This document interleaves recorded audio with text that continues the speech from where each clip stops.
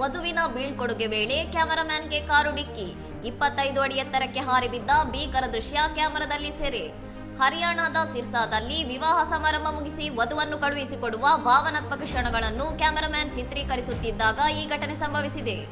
ವಧುವಿನ ಬೀಳ್ಕೊಡುಗೆಯ ವಿಡಿಯೋ ಮಾಡುತ್ತಾ ಕ್ಯಾಮೆರಾಮ್ಯಾನ್ ರಸ್ತೆಯತ್ತ ಗಮನ ಹರಿಸದಿದ್ದಾಗ ಅತಿ ವೇಗವಾಗಿ ಬಂದ ಕಾರೊಂದು ಅವರಿಗೆ ನೇರವಾಗಿ ಡಿಕ್ಕಿ ಹೊಡೆದಿದೆ. ಡಿಕ್ಕಿಯ ರಭಸ ಎಷ್ಟಿತ್ತೆಂದರೆ ಕ್ಯಾಮೆರಾಮ್ಯಾನ್ ಸುಮಾರು 25 ಅಡಿ ಎತ್ತರಕ್ಕೆ ಗಾಳಿಯಲ್ಲಿ ಹಾರಿ ನಂತರ ರಸ್ತೆಯ ಮೇಲೆ ಬಿದ್ದಿದ್ದಾರೆ ಎಂದು ಪ್ರತ್ಯಕ್ಷದರ್ಶಿಗಳು ತಿಳಿಸಿದ್ದಾರೆ.